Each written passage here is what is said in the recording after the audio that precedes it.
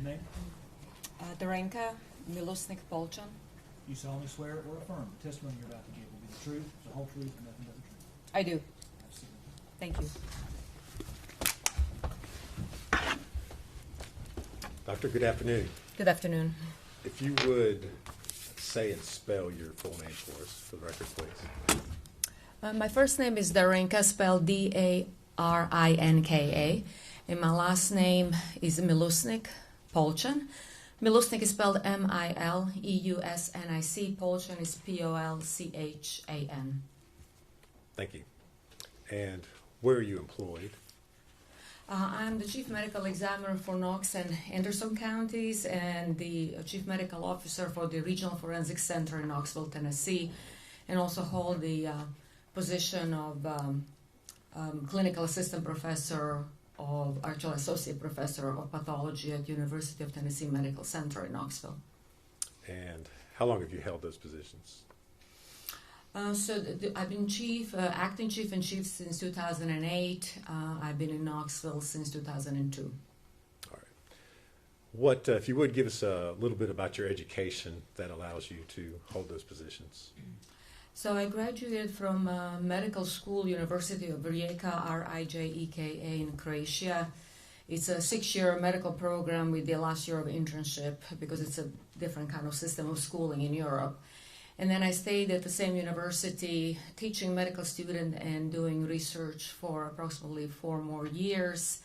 And then relocated to Chicago area in 1991 to continue research and teach. And I joined the Department of Pharmacology and Neuroscience at Loyola University Medical Center in Chicago. And then during those research years, while I was completing my PhD, I also joined the Department of Pathology to get a training in neuropathology, anatomic pathology. That's where I spent about 3.5 years. And then after completion of those studies, decided actually to go into the field of forensic pathology. So finishing training in pathology at Loyola University at the same time as I was getting my PhD actually enabled me then to switch to Cook County Office of the Medical Examiner and then complete the last year of training in forensic pathology in Chicago area.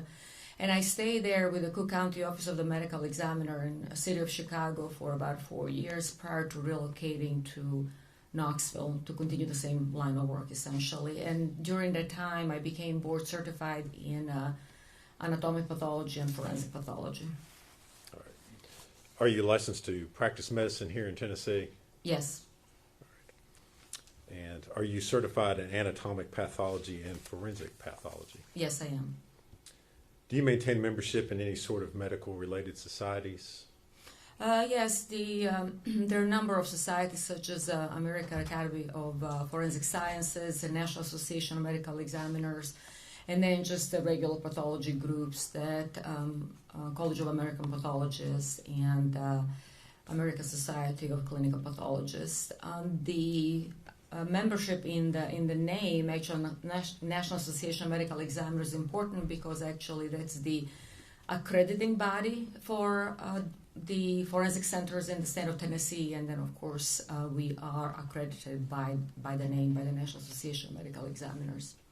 All right. Have you published any scholarly materials in the field of forensic pathology?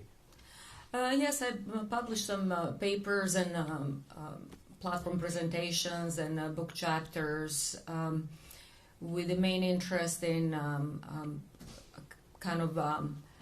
intersection of forensic pathology and anthropology, and then those mainly book chapters. And as far as the publications, I have a special interest in toxicology and child abuse. All right. And have you done any presentations on asphyxia in children and strangulation? That was actually one of the old presentations at the National Association of Medical Examiner meetings. It was a platform presentation. All right. Now, you are currently employed as a forensic pathologist, correct? Yes. And are you board certified in the area of forensic pathology? Yes, anatomic pathology and forensic pathology is kind of dual certification. All right. And so what is it that you do as a forensic pathologist? So in the state of Tennessee, actually, the forensic pathologists are medical examiners, and so because we don't have a coroner system, we have a medical examiner system. We are appointed to perform the duties of a medical legal death investigation on a county level. So essentially, that's what I do. I investigate with the help, of course, with the rest of the staff in the office.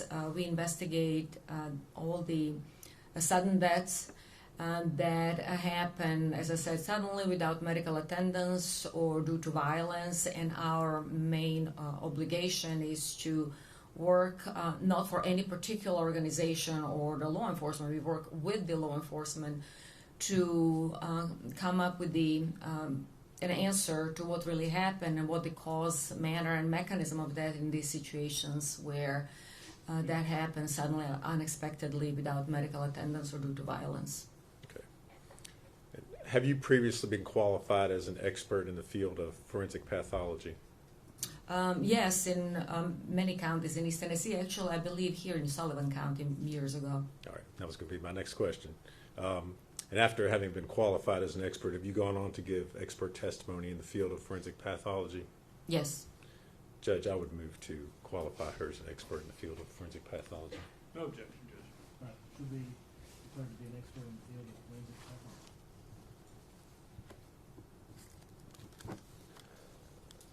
Dr. Malusnik, at the request of the District Attorney's Office here in Sullivan County, did you review an autopsy that had been performed by Dr. Matrina Schmidt, as well as other case materials involving the death of Evelyn Boswell?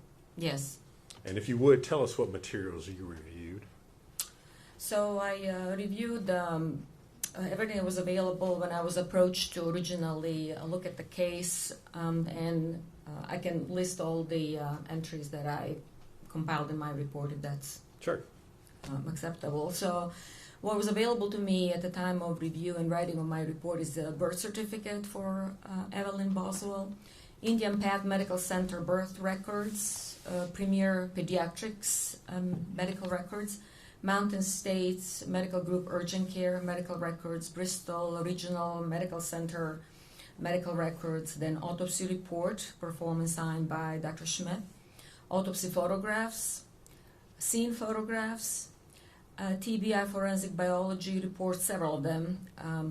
They were dated from March 11, March 25th, April 22nd, and then TBI toxicology report dated March 19th, that's 2020.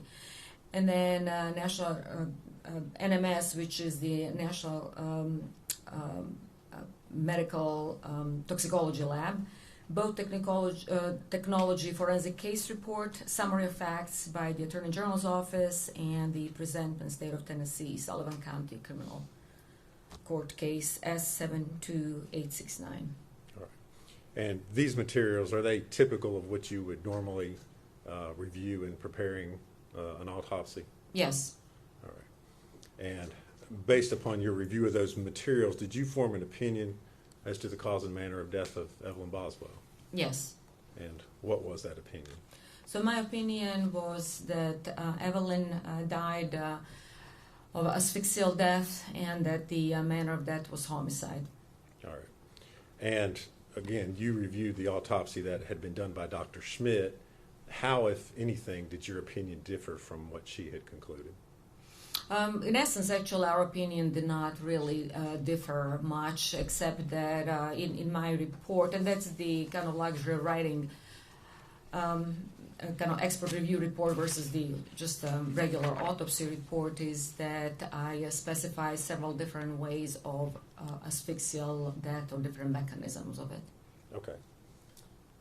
And when you say different mechanisms of asphyxia, what are you talking about? Can you explain that to the jury a little bit?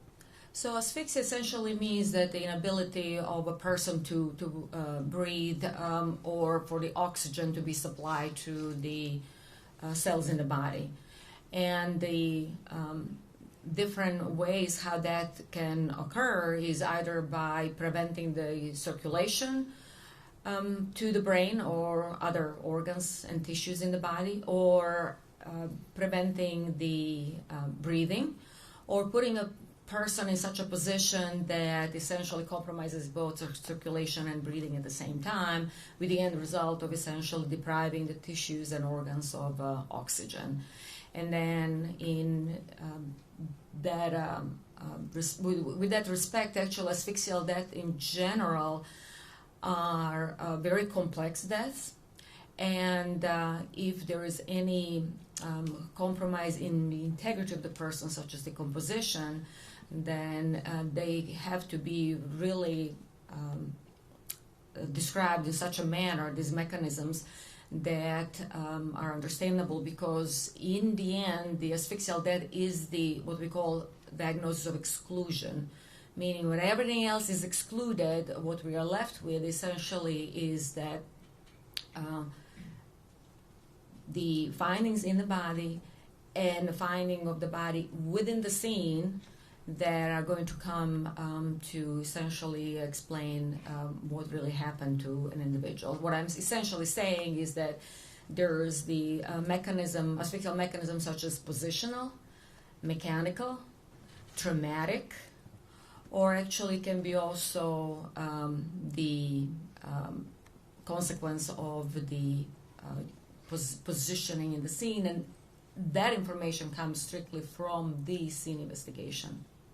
All right, and let's talk about each type of mechanism in regards to this particular case. What about the scene or the body would relate to positional asphyxiation? So the forensic autopsy, just like any other autopsy, which is a major procedure, kind of cross-section and dissection procedure in the body, almost like a complex surgery, cannot be done in a vacuum. It has to be done in the context of the scene investigation. So that's why we have medical legal death investigation, and that's why medical examiner and representative goes to the scene in order to create a context in which this individual was found. And that's why I always say that the forensic autopsy cannot be performed in vacuum. It has to be performed in the context of the scene. And then that's how essentially we approach this particular case, whether it's Dr. Schmidt or me reviewing it, is that in the context of the case, we have an individual who is now wrapped in multiple layers, so we can talk about it in a minute, who is positioned upside down in a confined space and in a position that prevents essentially breathing. And that's why I say the components of positional asphyxia, that's being upside down in a contorted kind of letter S position, mechanical asphyxia with the different objects essentially covering the individual's face or the body, and then traumatic asphyxia because of the positioning that is going to prevent the movement of diaphragm and breathing. And then, as I said, finding the individual in a trash can essentially creates a confined space, which is going to lead to confined space asphyxia. And that's why essentially, that's where I listed all these 4 different categories of or mechanisms of asphyxia. All right. Could I see exhibits 19 through 38, please?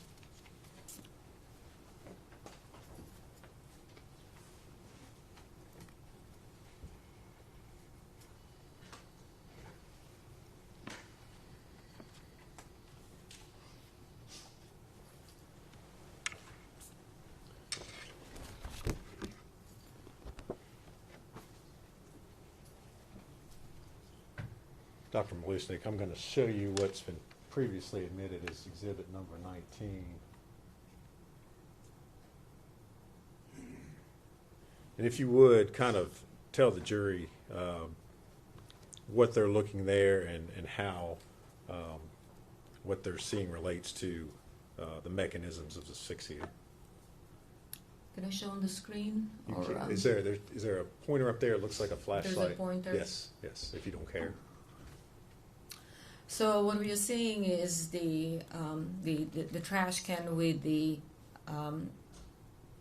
child in trash bag with the several layers on top of her, one of them being a blanket. That's essentially when, and that's how we all approach the scenes, is we go layer by layer, slight kind of uncovering the individual, whether it's adult or a child, in a similar fashion, because we don't want to lose any evidence, number one, and number two, we want to show all the kind of components of that asphyxia by approaching it in this layered fashion.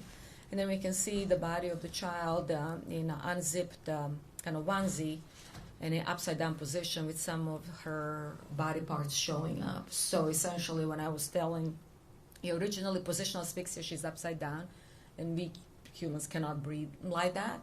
There is a confined space asphyxia because of the trash can and her head being all the way down. Mechanical asphyxia because several different layers covering her face, which we'll analyze in a minute. And then traumatic asphyxia just from her body being in like a kind of reverse S position, totally crumpled and compressed in such a way that she could not breathe. There is no expansion of the diaphragm or movement of the intercostal muscles between the ribs that allow us to breathe in a position like that.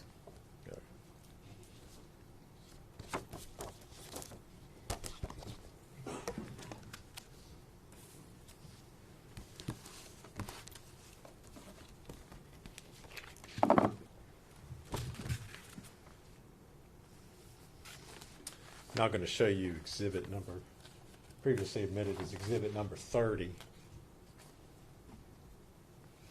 So on this exhibit number 30, that's actually now several stages down the investigation path.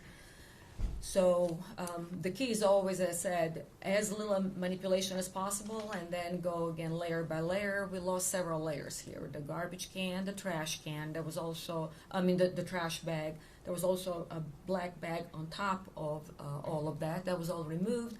And now the child is in the blanket, and there is a foil, which is actually a very curious piece of evidence because it was so tightly applied to the child's face and upper body that looked like a wrapped, almost like a part of the kind of mechanism that prevents her from breathing, because that would be another kind of example of mechanical asphyxia because the object is covering the face and preventing her from breathing. And the other thing that can be also seen is that the body is actually contorted, and usually that would happen, with kind of force applied because we know now she's upside down, and the force applied for her body actually to kind of fit in the bottom of the garbage can, and that would be part of the traumatic asphyxia component. Now I'm going to show you exhibit 31. This exhibit 31 actually is kind of process of removal of the foil, because it was very voluminous and it was tightly applied to her face and the hair. One thing that actually happens with the decomposition of the body following a prolonged time interval after that is that a lot of our tissues start to actually break down and detach. So the hair starts detaching, the epidermis, first layer of skin, starts detaching. And so removing foil like this that is tightly applied actually takes a lot of time and a lot of effort to preserve the child and the facial features. And part of the problem was not just the tight application, of course, of the foil, but also all the composition fluid that kind of almost created a glue between the foil and the face of the child. And we can see her head starting to emerge in this particular area. All right. Doctor, if you could talk a little bit about the decomposition. Is there anything as far as what you see there that would show you how long the child had been in that position, or anything based upon the amount of decomposition? So the only thing that we can say really that it was advanced decomposition, and there were two types of decomposition that happened in this particular situation because of the position that Evelyn was in. The upper body, which was actually head first in the trash can, actually changed in form of so-called wet decomposition. That's why there's a lot of staining and the decomposition fluid kind of staining the blanket and the foil. Because all the fluids and everything that accumulated after that are now creating the environment for so-called wet decomposition. But then the rest of her body, which we'll see later, that were kind of up, the feet and legs, they underwent so-called dry decomposition, or actually more kind of mummification. So the only thing that we can say it's advanced, but how long really it took, it really just depends on many factors such as temperatures that were around that body, and of course on the layers applied on the body surface, because that will prevent some of the flies or some other predators from coming to the body and expediting, fastening the decomposition. Okay. And did you notice that in this particular case, you mentioned the flies and the larvae? Yeah, there was some pupae, but they did not really have like a direct access necessarily to the body, so there was not a lot of the maggot or activity at the time of her discovery. Okay. Now I'm going to show you Exhibit 32.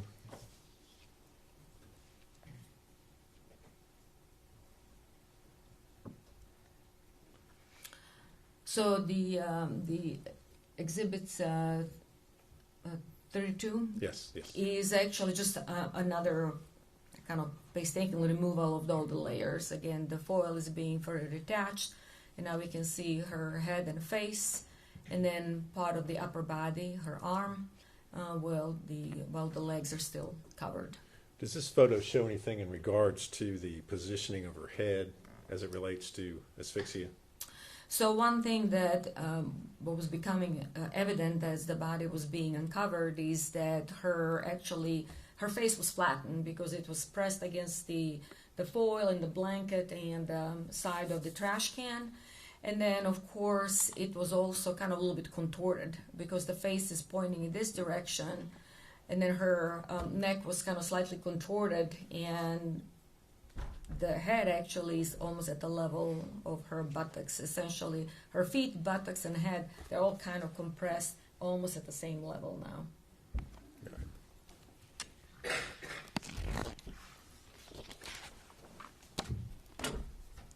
Now I'm going to show you Exhibit 34.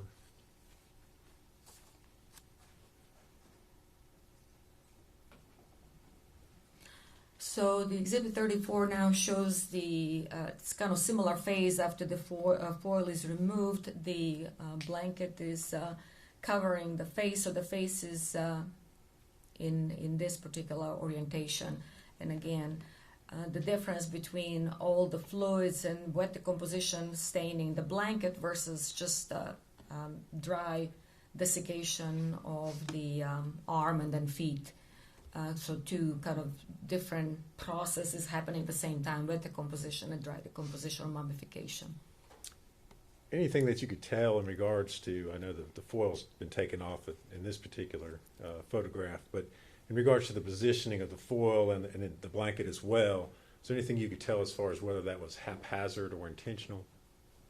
Well, the child appeared to be wrapped, so that would show intentionality, because it's not that she was just put in a garbage and then a blanket on top of her. She was definitely wrapped in a blanket, and it took a while to actually remove all the layers and unwrap her. So the way how she was found shows intentionality. As far as the changes on the blanket, one thing that happens with the wet decomposition and the fluids kind of creating, things do become kind of slippery in a way. So there was definitely some shift in the layers from the wet decomposition. Wasn't a lot of it, but there was some. And then we will see when the blanket is removed, actually, that her face was pressed against the garbage can because the pattern of the blanket actually remains on the face. Next, I'm going to show you Exhibit 35.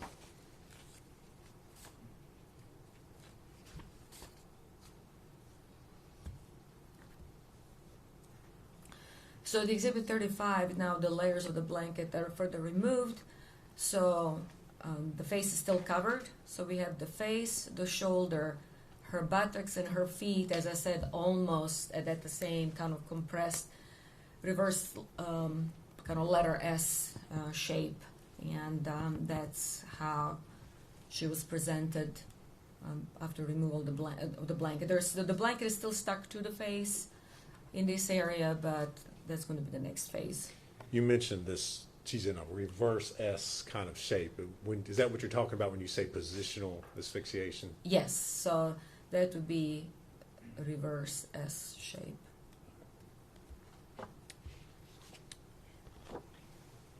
Next, I'm going to show you Exhibit 36.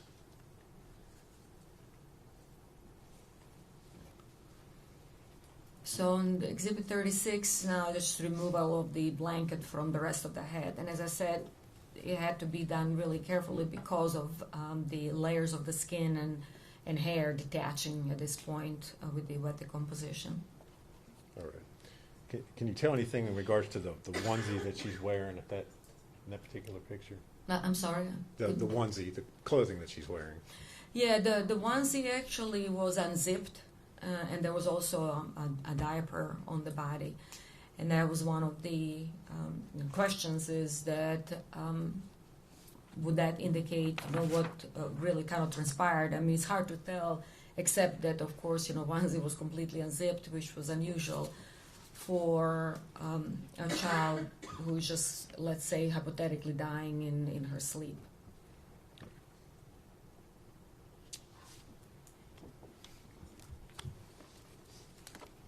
Now showing you Exhibit 37.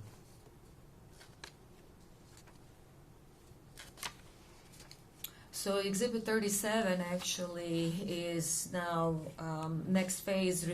The blankets, the covering, the foil, everything is removed. The onesie is unopened. And then actually this is her kind of side in the front of the face. The facial feature actually can almost completely disappear because they're so flattened against the side of the trash can. And there was a lot of kind of pupae. There was no maggot activity, which would essentially help potentially with some timing of the postmortem interval, because from what I reviewed and from what Dr. Schmidt described, we didn't really see direct maggot activity, so they did not injure or damage the body to that extent yet.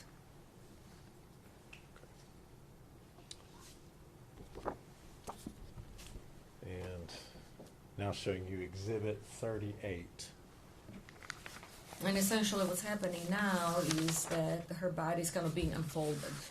That's what needs to happen in order for the clothing items to be removed and then for the photographs to be taken and an autopsy to be performed. Because with the autopsy, the head has to be open and the body has to be open in a Y-shaped manner with the Y-shaped incision. And that can only happen if the body is kind of unfolded now and for complete examination. All right.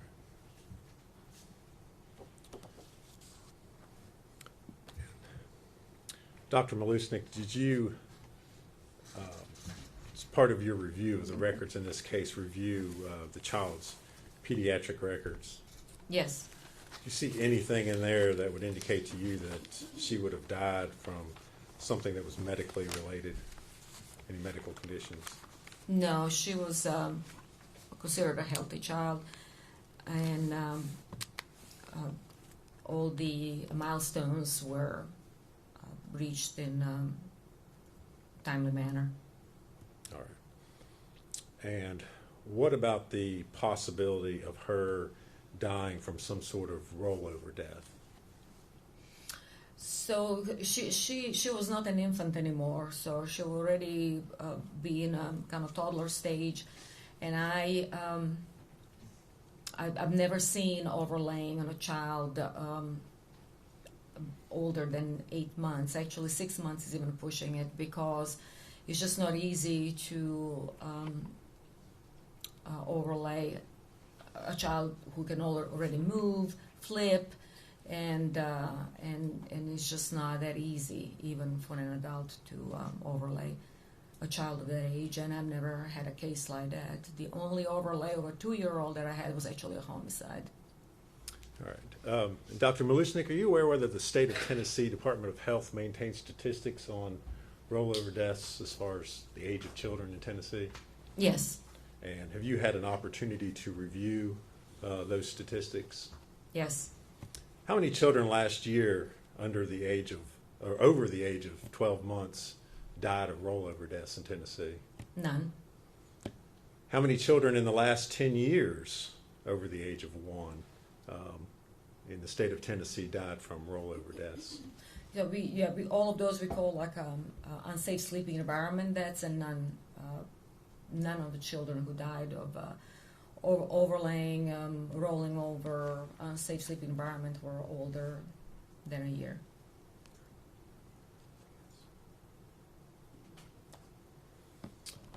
Thank you very much. If you would answer any questions Mr. Scott has for you. Do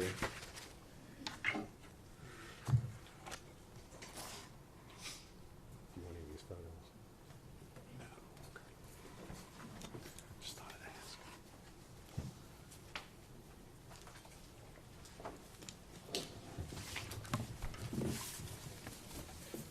Good afternoon, Dr. Lewis. How are you? Good afternoon.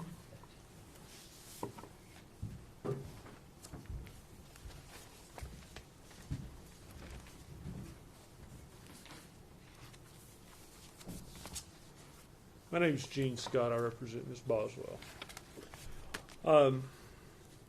First thing I want to ask you about is you did not conduct this autopsy. No, I did not. You had no physical contact with the body of this child. You didn't go to the scene. You simply reviewed what Dr. Schmidt had done. Is that correct? I reviewed what she did and all the pertaining documentation. And accordingly, had Dr. Schmidt have made some mistake, it's very possible that could be incorporated into your work as well.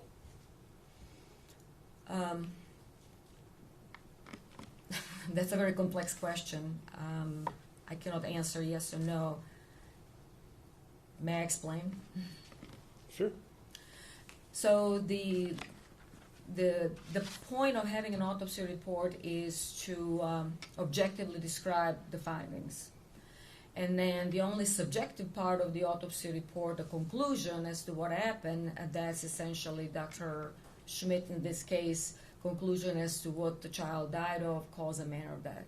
So the objective findings, such as photograph, tissue sampling, should be part of the description of the case that should not be influenced by one's opinion. Now, my opinion is going to be based on those facts plus the scene investigation. So the question was, if Dr. Schmidt made a mistake, she made objective observations and put them in her report that are corroborated with photography and tissue sampling. So anyone reviewing the case can come up with his or her own conclusion as to cause and manner of death. So if she made some wrong observations that are mismatched with the photographs, autopsy photographs, scene photographs, then I should be able to notice that and comment on that, but I haven't noticed any mismatches. So essentially, her conclusion as to the cause and manner of that is that's her subjective thing. I followed my own kind of line of reasoning and conclusion reviewing based on not just her report, but the scene photographs and autopsy photographs, which are documented for posterity, and anyone can review them and come up with the objective kind of a conclusion as to cause and manner of that. So the short answer would be, if she made mistake with observations, I should be able to identify that in the photographs, and I didn't. Were there photographs of the internal organs? The photographs of the internal organs were not available. We frequently don't take those during autopsies, but we do sample organs to look under the microscope, and that was done. Okay. Now, you described this was a diagnosis of exclusion. Can you explain what that means? So by saying asphyxial deaths are frequently diagnosed exclusion means that we found an individual in a position that prevents breathing, but there is no mark on the body. And I've done thorough investigation. Unlike in this case, there are plenty of marks on the body. But what we say with the diagnostic exclusion, for example, is that if I have a drowning victim and I have absolutely nothing else on the autopsy, no heart attack, no evidence of seizure, no evidence of trauma, no evidence of drugs, well, the only now conclusion is that I excluded everything else, and therefore drowning as a part of the asphyxial death is the cause of that. So that's what I meant by diagnosis of exclusion. Okay. In this case, as it relates to the medical reasons contained in the autopsy, and I'm not talking about where the child is found at the scene, but the medical conclusions, were you able to come up with a cause of death? So there was no other reason for this child to be dead because there was no evidence of infection or any or tumor or anything like that was identified at the time of the autopsy. And review of the medical records, which is always mandatory for the forensic pathologist to review medical records, birth records, pediatric records, did not indicate that anything was wrong with the child, such as seizures or anything of that sort. So this child had no objective way or reason to be dead. And as I said, the tissues were sampled, and even with decomposition that sets in the organs, if there is some major infection in the body, it would have been identifiable, and it was not there. Okay. What is sudden infant death syndrome? Sudden infant death syndrome is actually an abandoned, antiquated term that was used to describe sudden death in a child that essentially had negative autopsy findings and negative scene investigation, which means that we don't use that term anymore. That was antiquated because it was never a syndrome.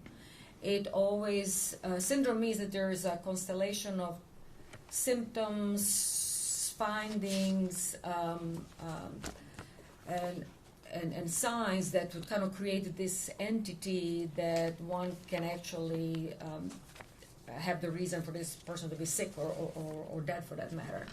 So there was never a syndrome. It was never a constellation of findings. What it meant actually is that we didn't find anything at the autopsy, therefore it's kind of this SIDS, nebulous diagnosis. Now we actually know with the scene investigation and the advances in our field in forensic pathology that those situations where death is with no findings at the scene or in the autopsy are extremely, extremely rare. We call them sudden unexplained death in infancy, so SUDI. So that's a new term that we use. And I can tell you with the proper investigation, the proper scene investigation, proper autopsy, and proper ancillary studies such as microbiology, histology, toxicology, the rate of those SUDI unexplained deaths is extremely, extremely low, actually almost non-existent. So you're telling me that if another pathologist said this child could die of SIDS, they're just wrong? Yeah, he's wrong, or she is wrong, because SIDS doesn't exist. SIDS never existed. So if that pathologist is using the term SIDS, that pathologist needs to go back to forensic school. Probably not competent. Exist. I'm sorry? Probably not competent. If he or she is using SIDS, that's not a competent pathologist. At this day and age, that's not a competent pathologist. Okay. What did you call it? The new syndrome? But it's actually not really a syndrome. It's a sudden unexplained death in infancy or unexpected death in infancy. It means that we exhausted all the investigative capacity and thoroughly done autopsy with sampling and ancillary studies, and we found absolutely nothing.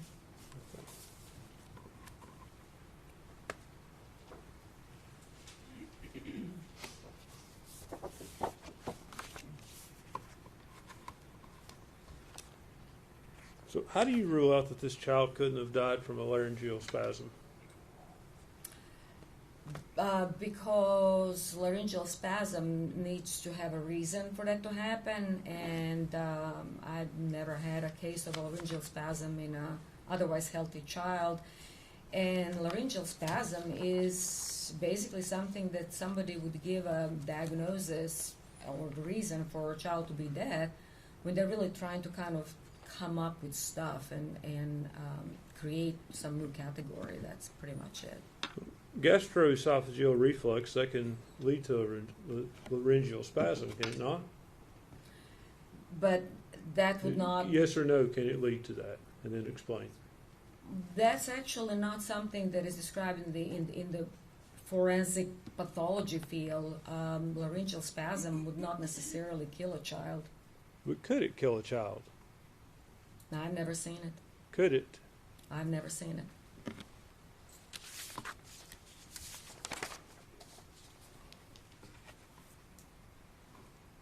In Dr. Schmidt's report, she states that the possibility that the decedent was alive when placed in the trash can cannot be excluded. That's correct. That's what she stated. Okay. Is that your opinion as well? I believe she died in the trash can. Okay.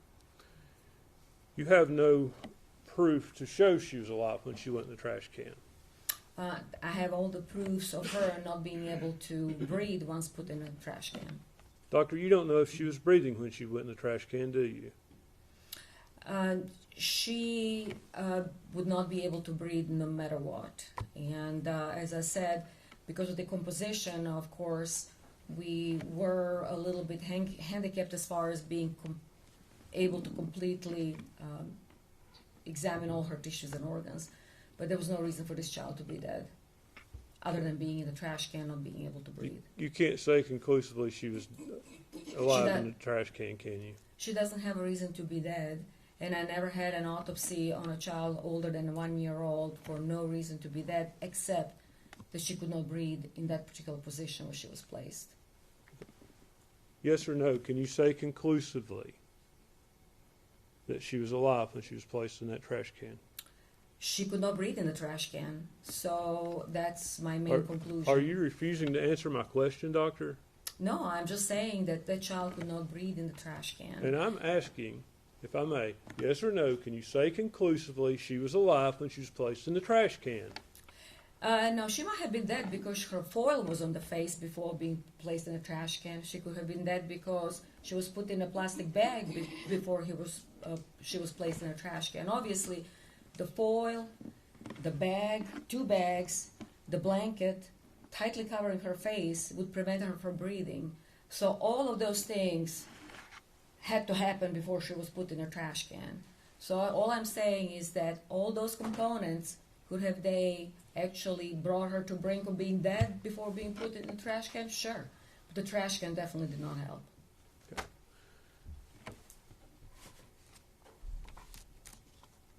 You can't say conclusively she was alive while she was wrapped in that blanket or tinfoil, can you?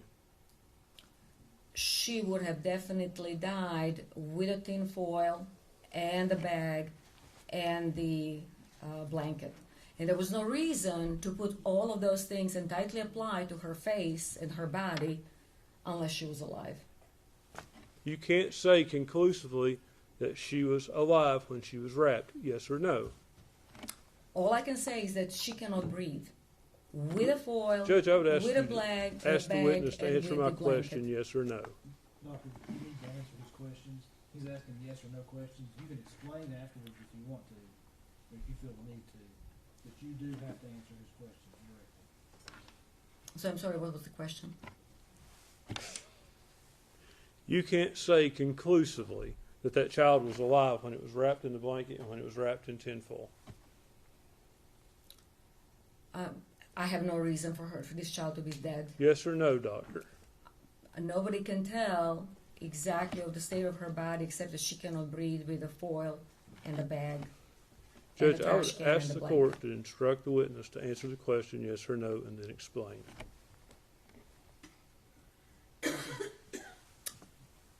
I'm not really sure. I'm not being mean to you. But he's asked you the question. The answer is either yes or no. And I'm instructing you to the best of your ability. Answer yes or no, and then you'll have an opportunity to explain.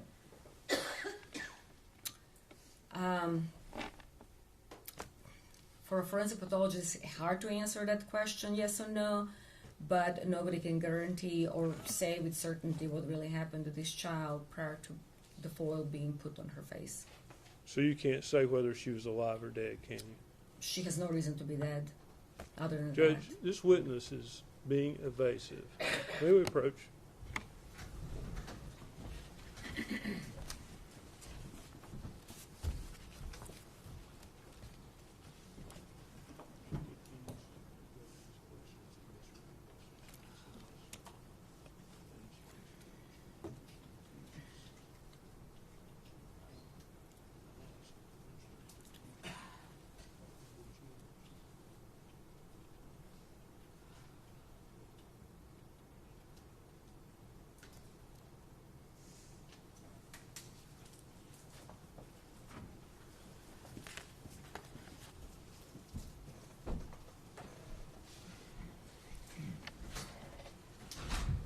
All right. Let me see if I can boil this down to the lowest common denominator. He's going to ask you this question one more time. And I understand this case and this situation. But man, I'm telling you, if the answer is not yes or no, you'll be facing contempt of court. Can I be more clear? Yes, sir. Ask your question. Ma'am, yes or no, can you say conclusively that this child was alive or dead when it was placed in the blanket and the tinfoil?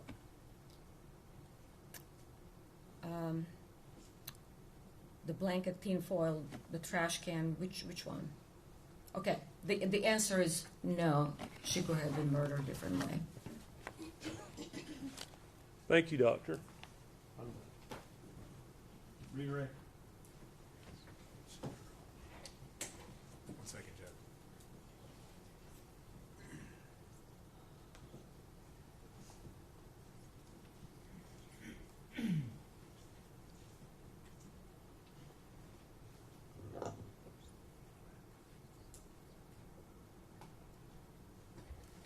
Nothing further, Judge.